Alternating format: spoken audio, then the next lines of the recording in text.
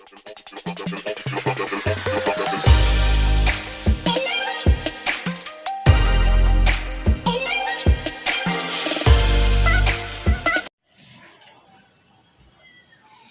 Students, आज हम क्या है क्लास 11th का मैथ्स। और मैथ्स में आज से हम स्टार्ट कर रहे हैं नया चैप्टर जिसका नाम है क्वाड्रेटिक इक्वेशन। ठीक है, बहुत ही इंपॉर्टेंट चैप्टर है। आपने क्वाड्रेटिक इक्वेशन के बारे में क्लास 10th में पढ़ा होगा, लेकिन उसका इलैबोरेशन हम क्लास 11th में सीखेंगे। आप थोड़ी बहुत बेसिक चीजें सीख के आते हो क्लास 10th में, उसका भी यूज होगा। ठीक है, लेकिन इसको पूरा डिटेल में पढ़ेंगे। ठीक है, और जेईई मेंस के भी क्वेश्चंस को सॉल्व करेंगे और हर एक कांसेप्ट पे डिटेल में बात करेंगे। ठीक है, तो चलिए स्टार्ट करते हैं क्वाड्रेटिक इक्वेशन। क्वाड्रेटिक इक्वेशन को स्टार्ट करने से पहले हम सबसे पहले सीखते हैं पॉलिनोमियल फंक्शन के बारे में। पॉलिनोमियल फंक्शन, ठीक है। चलिए, पॉलिनोमियल फंक्शन आपने कभी ना कभी एक इक्वेशन देखा होगा, बहुत गंदा सा इक्वेशन है ये।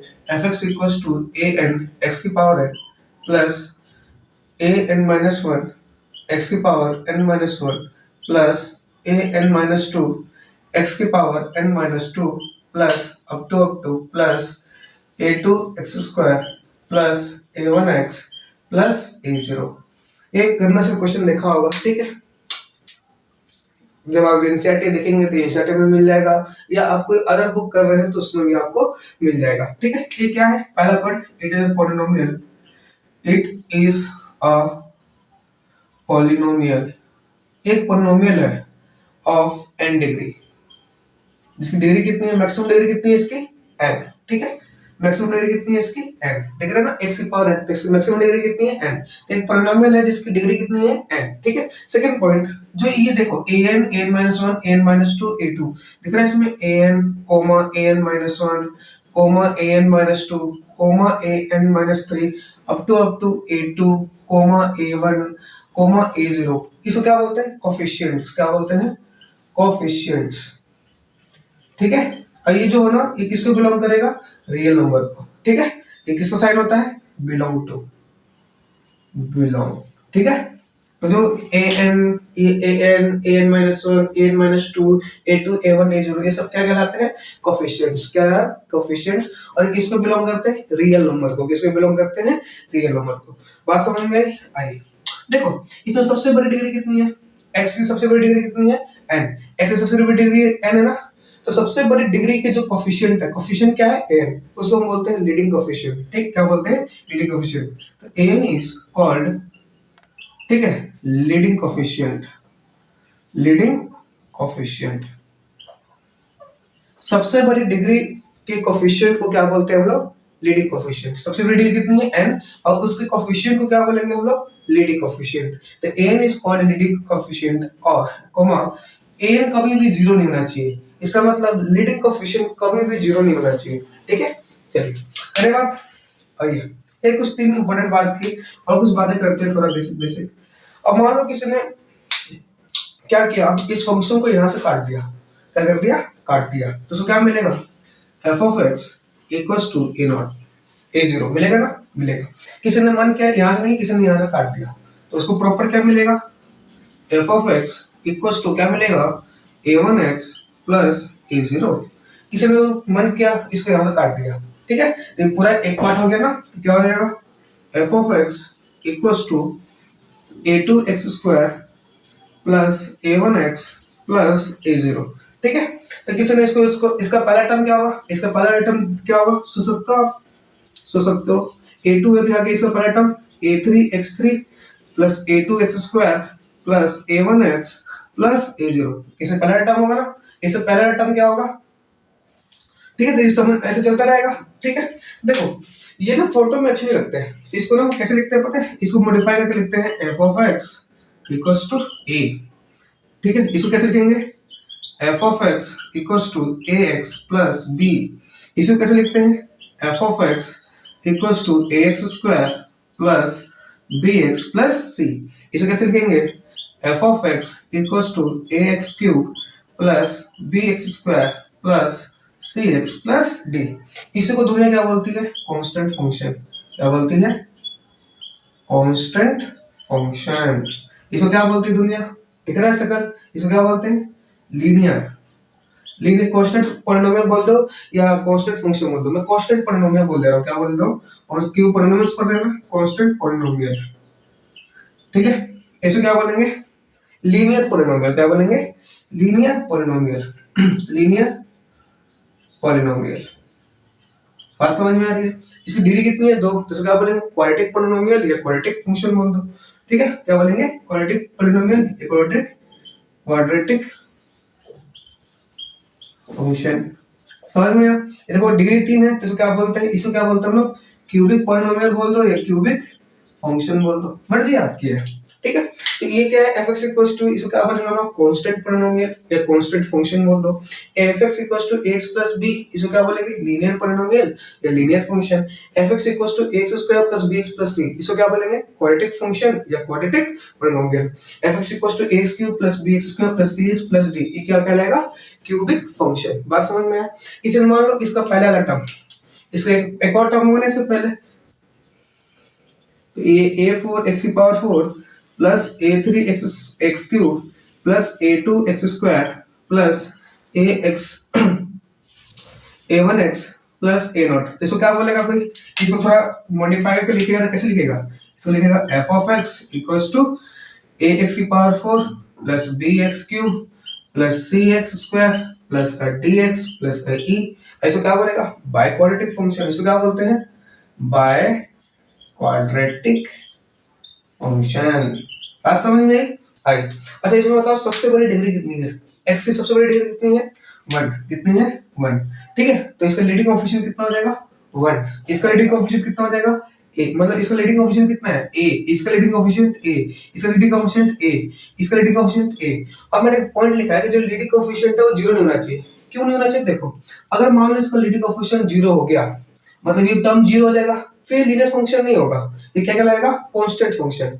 जैसे मान लो अगर इसका जो क्वाड्रेटिक फंक्शन है ना, क्वाड्रेटिक फंक्शन, अगर इसका लीडिंग कोएफिशिएंट कितना है, a, अगर इसका लीडिंग कोएफिशिएंट 0 हो गया, यहाँ पर 0 पुट करो, 0 * x स्क्वायर कितना आ जाएगा, 0, तो फिर ये क्वाड्रेटिक फंक्शन ही कहलाएगा। ये क्या कहां पहुंच जाएगा, लीनियर फंक्शन पे, कहां पहुंच जाएगा, लीनियर फंक्शन पे या लीनियर पॉलिनोमियल बोल दो। बात समझ में आई, नोट करिए, आगे बढ़ते हैं। कोई दिक्कत, समझ में आए, ठीक है। नेक्स्ट मिटा दूं, नेक्स्ट बात करते हैं डिवीजन ऑफ पॉलिनोमियल फंक्शन। किस पे, डिवीजन ऑफ पॉलिनोमियल फंक्शन का डिवीजन, ठीक है। चलिए नेक्स्ट अपना अगला टॉपिक है division of polynomial function, polynomial function का डिवीजन, ठीक है। देखिए पॉलिनोमियल फंक्शन डिवाइड, हम पॉलिनोमियल फंक्शन को दो तरह से बांटते हैं। पहला, पॉलिनोमियल फंक्शन को बांटने का दो तरीका है, on the basis of term और on the basis of degree. पहला on the basis of degree और दूसरा on the basis of term, on the basis of terms, ठीक है। On the basis of degree पहला हमारा आता है कांस्टेंट फंक्शन। क्या आता है, कांस्टेंट फंक्शन। कांस्टेंट फंक्शन की शक्ल कैसी होती है, इसकी शक्ल होती है f of x equals to a, ठीक है। अगर पूछे इसकी डिग्री बताओ, तो इसकी डिग्री क्या होती है, अनडिफाइंड, याद रखना, डिग्री इज अनडिफाइंड। अब क्योंकि आप इसकी डिग्री बता नहीं सकते क्योंकि कांस्टेंट फंक्शन है, ठीक है। कांस्टेंट फंक्शन की डिग्री क्या होती है, अनडिफाइंड। दूसरा आता है अपना लीनियर फंक्शन। क्या आता है, लीनियर फंक्शन, लीनियर फंक्शन। तो आपने पीछे देखा इसका क्या होता है, f(x) equals to ax plus b, इसकी डिग्री कितनी होती है, 1, ठीक है। लीनियर फंक्शन का डिग्री कितना होता है भाई, डिग्री 1, ठीक है, कितना होता है, 1। नेक्स्ट आपने देखा है क्वाड्रेटिक फंक्शन। क्या देखा, क्वाड्रेटिक फंक्शन, ठीक है। क्वाड्रेटिक फंक्शन क्या होता है, f of x equals to x square plus bx plus c, ठीक है। अब इसकी डिग्री कितनी होती है, इसकी डिग्री कितनी होती है भाई? डिग्री मतलब जो सबसे बड़ी पावर है, तो सबसे बड़ी पावर कितनी है इसकी? 2। कितनी है? डी 2। इसकी डिग्री कितनी आएगी? 2। ठीक है। वैसे आपको आता है क्यूबिक फंक्शन, क्यूबिक फंक्शन में डिग्री कितनी होगी? 3। ठीक है, आया समझ में? लिख दूं मैं यहाँ? लिख दो। क्या है? पता नहीं दिखाई दे रहा है कि नहीं दिखा, देखा ना क्यूबिक फंक्शन। इसमें क्या होगा? शक्ल कैसी होगी? F x equal to a x cube plus b x square plus c x plus d. इसकी डिग्री कितनी होगी? इसकी डिग्री होगी 3। कितनी होगी? 3। तो सबसे बड़ी पावर होती है उसको क्या बोलते हैं? डिग्री। ठीक है, नेक्स्ट हम करते हैं। ये समझ में आया आपको? On the basis of degree constant function होता है, लीनियर फंक्शन होता है, क्वाड्रेटिक फंक्शन होता है और क्यूबिक फंक्शन होता है। Next on the basis of terms. On the basis of terms बात करें तो पहला आता है हमारा मोनोनोमियल। मोनोमियल, मोनोमियल मतलब सिर्फ एक term, only one term, only one terms, जिसमें सिर्फ एक टर्म होती है। जैसे f x equal to x square, सिर्फ एक टर्म है, तो क्या बोलेंगे? मोनोमियल। जैसे और एग्जांपल ले सकते हो, जैसे मान लो एफ एक्स इक्वल टू दिया हो √2x प्लस 3x। ठीक है, दोनों में x कॉमन आ सकता है ना? आ सकता है। तो x कितना आ जाएगा? √2 प्लस 3। सिर्फ इसमें एक ही टर्म है, मतलब जिसमें सिर्फ एक टर्म हो उसे क्या बोलते हैं? मोनोमियल। क्या बोलते हैं? मोनोमियल। बात समझ में आई? ठीक है, एक आता है दूसरा, इसको क्या बोलते हो? बाइनोमियल। बाई का मतलब क्या होता है? बाई का मतलब दो, और नोमियल का मतलब टर्म, जिसमें सिर्फ दो टर्म हो। मोनो का मतलब एक, नोमियल का मतलब टर्म। तो मोनोनोमियल का मतलब होता है जिसमें सिर्फ एक टर्म हो। बाई मतलब दो, नोमियल मतलब टर्म, जिसमें दो टर्म हो उसको क्या बोलते हैं हम लोग? बाइनोमियल। क्या बोलते हैं? बाइनोमियल। बात समझ में आई? इसमें मैं लिखूं एफ ऑफ एक्स एक्स की पावर 16 प्लस एक्स की पावर 13। तो दो टर्म है ना, एक टर्म ये बन गया, एक टर्म ये बन गया, तो इसको क्या बोलेंगे? बाइनोमियल। तीसरा आता अपना, इसको क्या बोलते हो आप प्यार से? ट्राइनोमियल। क्या बोलते हो? ट्राइनोमियल। तो ट्राइनोमियल का मतलब क्या होता है? जिसमें तीन टर्म हो। बाइनोमियल मतलब टू टर्म्स। ठीक है, ट्राइनोमियल मतलब जिसमें कितने टर्म्स है? 3 टर्म्स। ठीक है, जैसे मान लो f of x equal to 2x square plus 3x plus 4। तो कितने टर्म है इसमें? 3 टर्म है ना, एक टर्म, दो टर्म और एक 3 टर्म। ठीक है, तो इसमें जिसमें 3 टर्म है उसको क्या बोलते हैं? ट्राइनोमियल। जिसमें दो टर्म है उसको बोलते हैं बाइनोमियल। जिसमें एक टर्म है उसको क्या बोलते हैं? मोनोमियल। बात समझ में आई? नोट करिए, आगे बढ़ते हैं। कोई दिक्कत? अरे आया समझ में? आया। चलो मिटाओ, मिटा दो।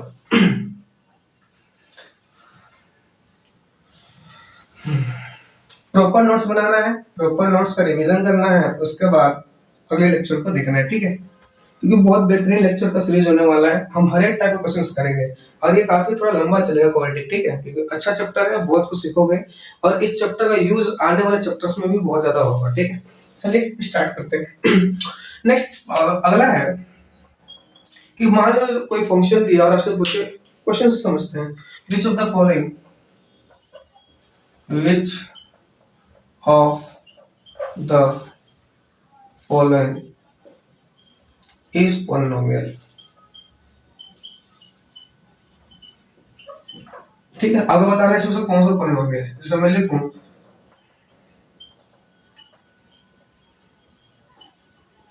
ठीक है,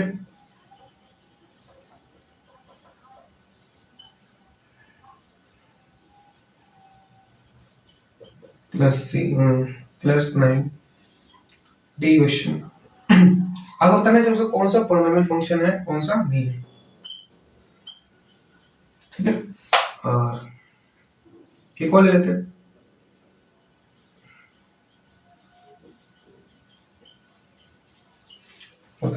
बता सकते हैं, वीडियो को पॉज करिए और खुद से ट्राई करिए। Which of the following is polynomial. ठीक है, कौन सा इसमें से पॉलिनोमियल है आपको बताना है। कर लिया? कर लिया। चलो देखो, फॉर पॉलिनोमियल फंक्शन के लिए, for polynomial degree of, degree should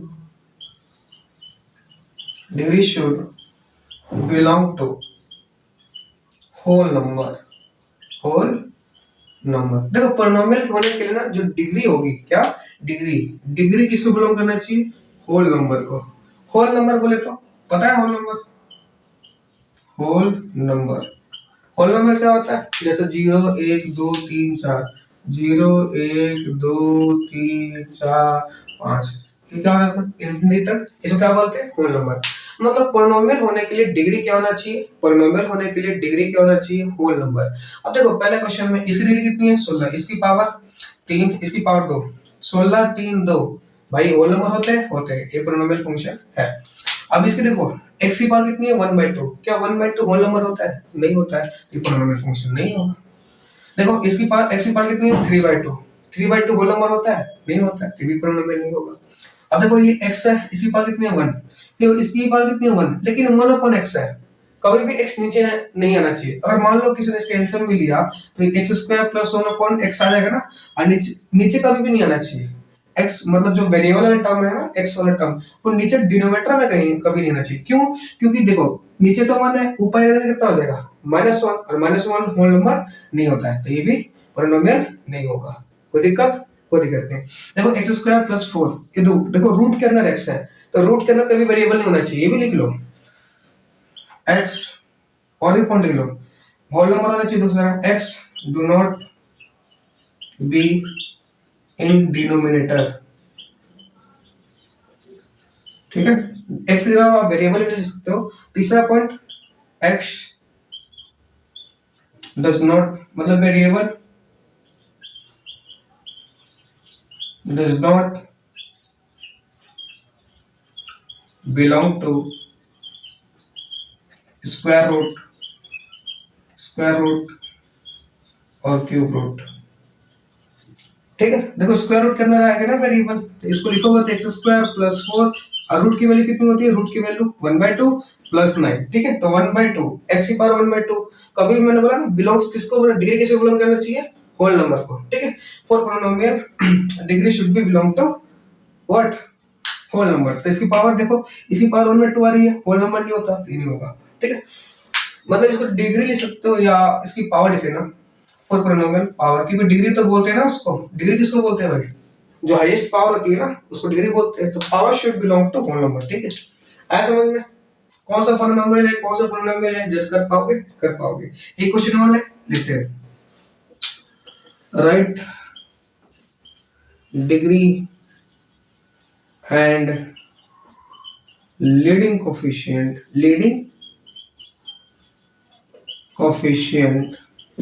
of the following, ठीक है।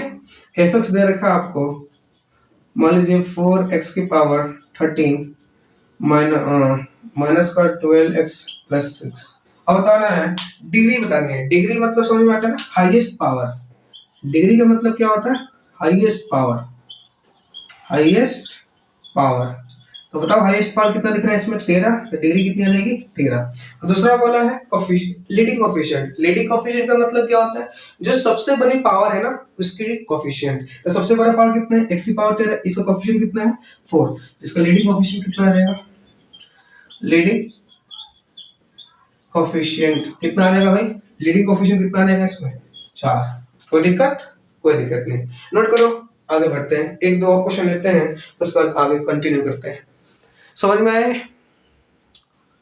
कोई दिक्कत बोल दो, कोई बताओ, मिटा दो।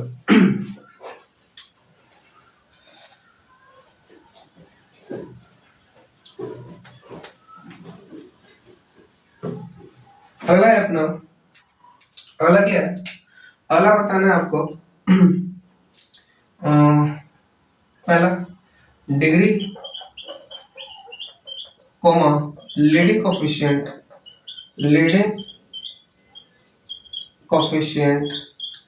कोमा डिग्री बताना है आपको, leading coefficient and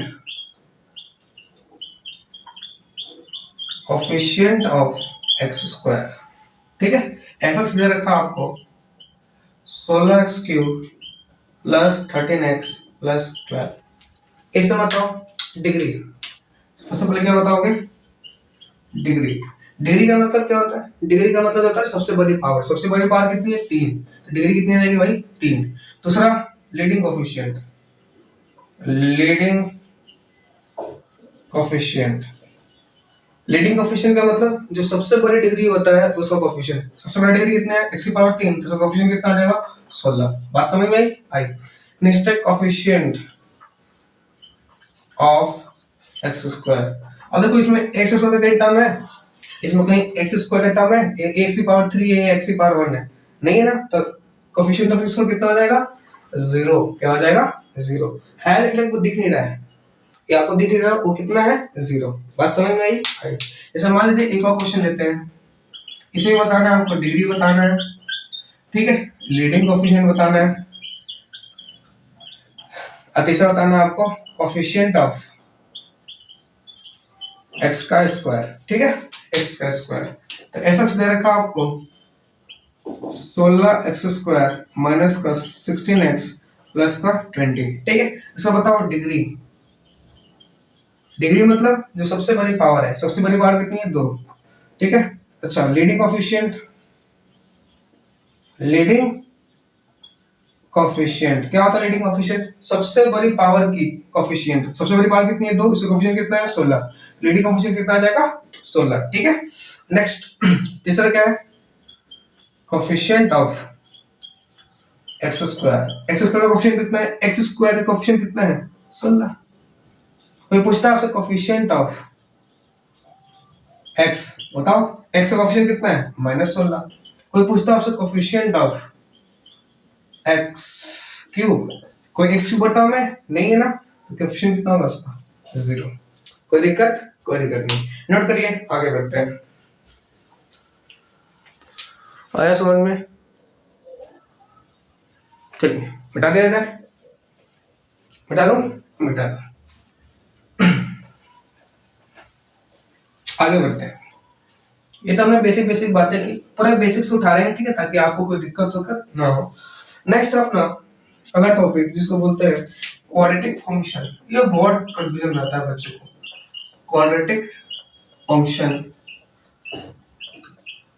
and quadratic equation. देखो क्वाड्रेटिक फंक्शन और क्वाड्रेटिक इक्वेशन क्या होता है, ये बहुत समस्या वाला चर्चा है। क्योंकि बच्चा बाद मैंने ऐसा देखा है, ये तो 10वीं में भी आता है, उसको 10वीं में सवाल में नहीं आता। बच्चा 12वीं पास में कर लेता है, फिर भी उसको आज तक ये पता चलता ही नहीं है कि क्वाड्रेटिक फंक्शन और क्वाड्रेटिक इक्वेशन का मतलब क्या होता है, ठीक है। मतलब इन दोनों में क्या डिफरेंशिएट है? क्या क्वाड्रेटिक फंक्शन और क्वाड्रेटिक इक्वेशन सेम है? नहीं, क्वाड्रेटिक फंक्शन और क्वाड्रेटिक इक्वेशन सेम नहीं होते हैं, ठीक है। तो एक्चुअल मीनिंग क्या है क्वाड्रेटिक फंक्शन क्वाड्रेटिक इक्वेशन का, आज हम उसको डिटेल में एनालिसिस करेंगे, ठीक है। तो चलिए स्टार्ट करते हैं।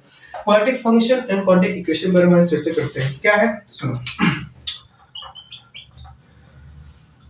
लेते हैं let a quadratic function. Quadratic function को हमेशा कैसे लिखेंगे? एफ ऑफ एक्स, या आप वाई भी लिख सकते हैं। एफ ऑफ एक्स हमेशा बराबर होता है वाई के। ये भी जब फंक्शन पर होगा तो पता चल जाएगा। Let a quadratic function f x equals to x square plus b x plus c. F x जब भी लिखा हो f x equals to x square plus b x plus c, ये क्या होता है? Quadratic function. Let a quadratic function and when quadratic function is equated to 0 it becomes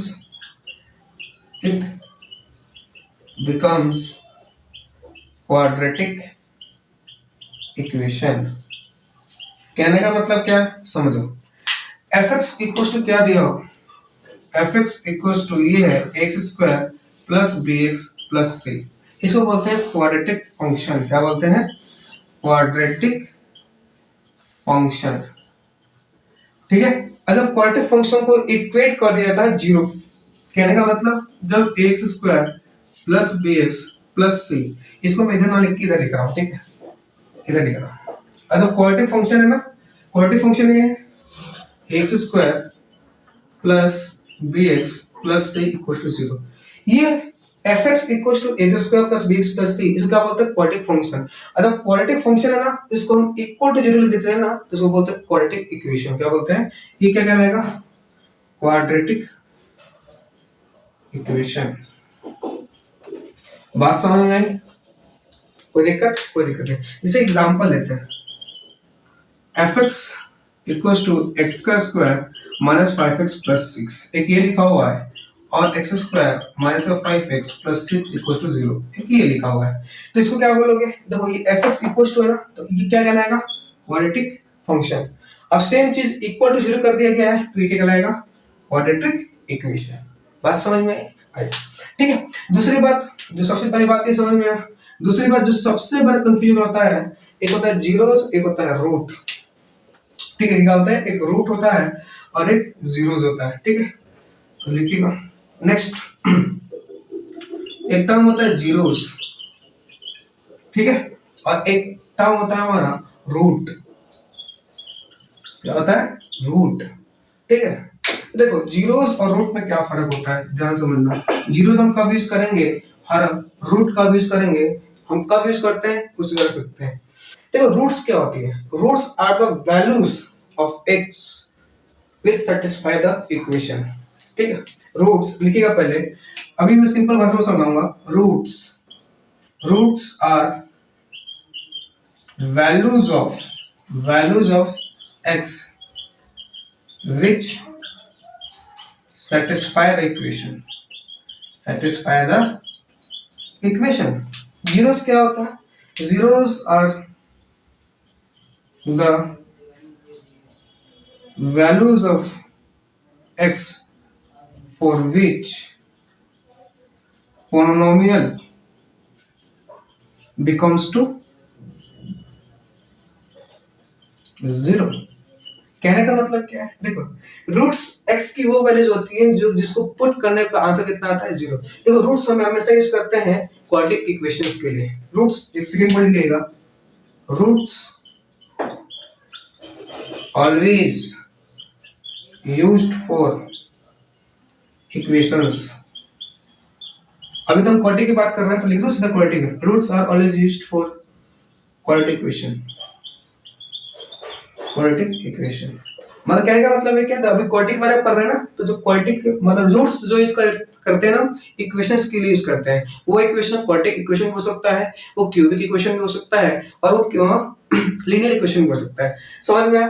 तो मतलब roots always used for quadratic function, sorry quadratic equation, या आप सीधा लिख लो इक्वेशन, आपको दिक्कत ना हो ना, सीधा लिख देता हूं इक्वेशन। ठीक है, ये इक्वेशन ऑफ फंक्शन समझ में आया? ठीक है। Next, zeros are always used for function. किसके लिए यूज करते हैं हम लोग? फंक्शन के लिए यूज करते हैं। बात समझ में आई? नहीं समझ में? मुझे नहीं आया ना? नहीं। अरे कदो मैं बोल रहा था, देखो कोई बोले लीनियर फंक्शन, कोई बोले लीनियर फंक्शन, और कोई बोले लीनियर इक्वेशन। क्या बोले? Linear equation. तो लीनियर फंक्शन का मतलब क्या होता है? f of x equals to x plus b, ये क्या कहलाएगा? Linear function. और जो लीनियर फंक्शन को हम जीरो इक्वल कर देते हैं जीरो के, मतलब ax plus b equal to 0, इसको क्या कहेंगे? Linear equation. लीनियर फंक्शन के लिए हमेशा क्या यूज करेंगे? जीरोस। इसके लिए क्या यूज करेंगे हम? रूट्स। बात समझ में? वैसे क्यूबिक हो सकता है। ठीक है, क्यूबिक इन द सेंस कि कहां लिखूं? ये लिख दो, जैसे ये मान लो इसको साइड में लिख लेना, आपको समझ में आ जाएगा क्या मैं बता रहा हूं। ऐसे लिखा हो, क्या लिखा हो? fx equals to ax cube plus bx square plus cx plus d। ये क्या है? क्यूबिक फंक्शन है। क्या है? Cubic function. इस कोई फंक्शन क्या यूज करेंगे? जीरोस। क्या यूज करेंगे? जीरोस। और क्यूबिक फंक्शन को जब हम इक्वेट कर देते हैं जीरो के, तो क्या बोलेंगे? Cubic equation. और इसके लिए क्या यूज करेंगे हम? रूट्स। बात समझ में?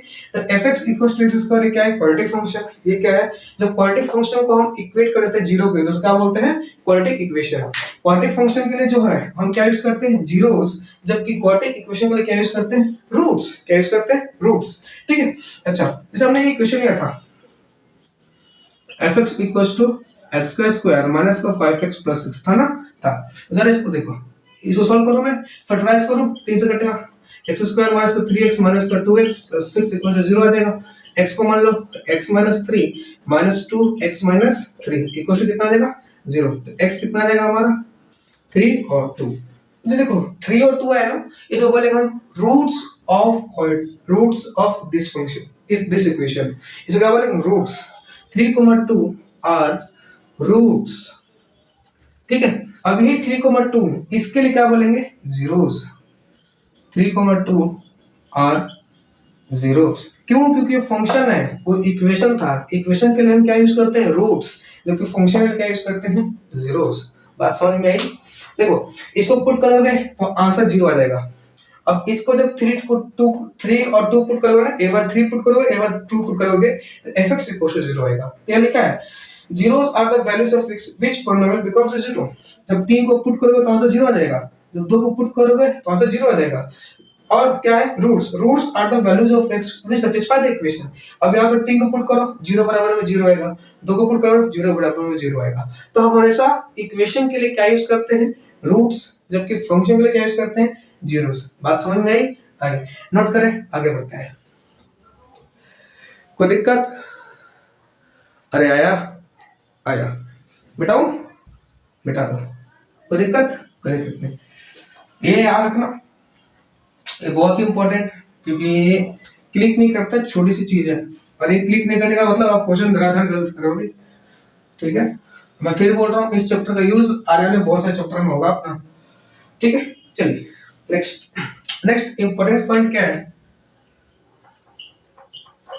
इंपॉर्टेंट कितना किसे लिख रहे हो भाई? इंपॉर्टेंट पॉइंट लिख लो। देखो इंपॉर्टेंट पॉइंट में पहला बात क्या है? इंपॉर्टेंट पॉइंट में है n degree polynomial have n zeros, ठीक है, और n degree equation have n roots। बात समझ में आई? कहने का मतलब क्या है? जैसे मैं बोलूं f of x equals to a 3x square plus 6x minus 4। तो बताओ इसके कितने, अच्छा ये फंक्शन की इक्वेशन है, बोलो f(x) equals to x square plus 6x minus 4 एक क्वाड्रेटिक फंक्शन है, एक क्वाड्रेटिक इक्वेशन है, क्वाड्रेटिक फंक्शन है। अब फंक्शन के कितने जीरोस, जितनी डिग्री, जितनी मैक्सिमम डिग्री उतनी है, उतना ही क्या होता है इसका जीरोस। मैं देखो मैं जीरोस यूज कर रहा हूँ, क्यों यूज कर रहा हूँ? क्योंकि फंक्शन है, फंक्शन के लिए क्या यूज करेंगे जीरोस। तो इसमें कितने जीरोस हो सकते हैं? 2 जीरोस। कितने जीरोस हो सकते हैं? 2 जीरोस। जितनी मैक्सिमम डिग्री उतने ही जीरोस होते हैं। ठीक है, जैसे मान लो दिया हो 4x cube minus 6x square plus 4x plus 9 equal to 0। अच्छा ये बताओ ये फंक्शन है कि इक्वेशन है? इक्वेशन है। कौन सी इक्वेशन है? सबसे बड़ी डिग्री कितनी है? 3। तो क्या है? Cubic equation. क्या है? Cubic equation. बात समझ में?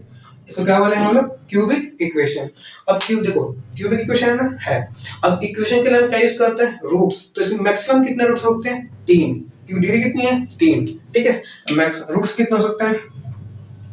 रूट्स कितने हो सकते हैं? 3। देखो बात फर्क समझ में आना चाहिए, मेन चीज ये है। जीरोस का यूज करते हैं, रूट्स का यूज करते हैं, ये समझ में आना चाहिए। अब ये मतलब इसमें 2 रूट है, थप्पड़ पड़ेगा फिर आपको कि आप गधे हो, आपको ये पता ही नहीं है कि जीरो और रूट का यूज करते हैं। इसको क्या बोलेंगे? 2 रूट्स। इसके 2 जीरोस है, 2 रूट नहीं है, 2 रूट।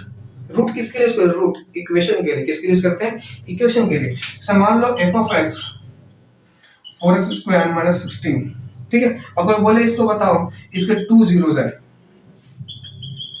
और एक बच्चा बोले 2 रूट है। ठीक है, तो सही कौन सा बच्चा? सही बच्चा वाला ये वाला है, ये गधा है, क्योंकि इस गधे को ये नहीं पता है कि रूट और जीरोस कब यूज करते हैं। ये क्या है? क्वाड्रेटिक फंक्शन है। क्या है? Quadratic function. और क्वाड्रेटिक फंक्शन के लिए हम क्या यूज करते हैं भाई? जीरोस। रूट किस लिए यूज करते हैं? इक्वेशन के लिए। किस लिए यूज करते हैं? इक्वेशन के लिए। जैसे मान लो एक और एग्जांपल लेते हैं, 2x square minus 16 equal to 0। ठीक है। अब बताओ, कोई बोले इसके 2 रूट है, या कोई बोले इसका 2 जीरोस है, ठीक है, और कोई बोले इसका 3 रूट है। सही कौन है तीनों में से? सही कौन है? ये वाला सही है, ये गलत है, ये गलत है। ये क्यों गलत है? क्योंकि इस गधों को ये नहीं पता कि जीरोस कब यूज करते हैं। जीरोस हम यूज करते हैं किसके लिए? फंक्शन के लिए। किसके लिए यूज करते हैं? फंक्शन के लिए। रूट किसके लिए यूज करते हैं? ये क्या है? ये क्या है? फंक्शन इक्वेशन है, इक्वेशन है। और क्या है? इक्वेशन। इक्वेट कर देना जीरो के। अब कौन सा इक्वेशन है ये? Quadratic equation. क्या है? Quadratic equation. कैसे? अब दिमाग मारो, कैसे पता चला क्वाड्रेटिक इक्वेशन है? अबे डिग्री, मैक्सिमम डिग्री कितनी है? 2। ऐसा मैक्सिमम डिग्री 2 तो क्वाड्रेटिक इक्वेशन। हाँ, मैक्सिमम डिग्री 3 तो क्यूबिक। मैक्सिमम डिग्री 1 हो तो लीनियर। बात समझ में आई? अब देखो ये क्यों गलत हुआ? क्योंकि क्या था? क्वाड्रेटिक इक्वेशन था। अब क्वाड्रेटिक इक्वेशन के कितने रूट्स, मतलब क्वाड्रेटिक इक्वेशन के कितने रूट्स हो सकते हैं? सिर्फ 2। ऐसे कितने बोले? 3। मतलब इसको ये नहीं पता था, ये वाला पॉइंट, कि n degree equation has n roots. जितनी ज्यादा डिग्री होगी ना, उतना ही उससे क्या होगा? रूट्स हो सकता है। मैक्सिमम उससे उतने हो सकते हैं, उससे कम भी हो सकते हैं, ठीक है। मैक्सिमम कितना हुआ? अगर डिग्री मैक्सिमम मान लीजिए 4 है, तो उसको कितने रूट आ सकते हैं? 4। इससे डिग्री 5 है, तो उसकी मैक्सिमम कितने आ सकते हैं? 5, ठीक है। अगर वो इक्वेशन है तो 5 रूट आएगी, अगर वो फंक्शन है तो 5 जीरोस आएंगे। बात समझ में आई? तो n degree polynomial have n zeros, n degree equation has n roots. इस पॉइंट का मतलब समझ में आया?